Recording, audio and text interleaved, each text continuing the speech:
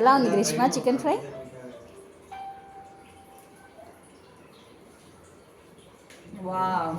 Hello everyone, ఈరోజు మన recipe వచ్చేసి చికెన్ కబాబ్, అదేనండి చికెన్ ఫ్రై.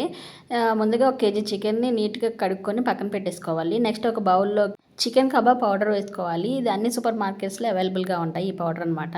ఇది ప్యాకెట్ వచ్చేసి 10 రూపీస్. ఈ 1/2 కేజీకి ఒక ప్యాకెట్ పడుతుంది. ఇది మనం తీసుకున్న కేజీ కాబట్టి 2 ప్యాకెట్స్ వేసాము. నెక్స్ట్ వచ్చేసి 2 ఎగ్స్ కూడా వేసుకున్నాము. 1/2 కేజీకి ఒక ఎగ్. సో కేజీ చికెన్ కాబట్టి 2 ఎగ్స్.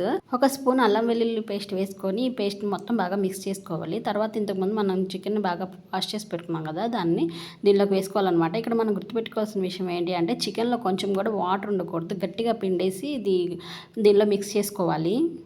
టైం లేకపోతే మినిమం 1/2 అవర్ అయినా మ్యారినేట్ చేసుకోవాలన్నమాట. ఒకవేళ టైం ఉన్నట్లయితే ఒక 2 అవర్స్ వరకు ముక్కలు నాననిస్తే చాలా బాగుంటాయి, క్రిస్పీగా ఉంటాయి, ఉప్పు కారం బాగా పడతాయి. తర్వాత డీప్ ఫ్రై సరిపడినంత ఆయిల్ వేసుకొని ఫ్లేమ్ని మీడియం టు లో ఫ్లేమ్కి అడ్జస్ట్ చేసుకుంటూ ముక్కల్ని దీనిలో వేసుకోవాలి. బాగా వేయించుకోవాలన్నమాట. ముక్కలు బాగా క్రిస్పీగా వేగాలి.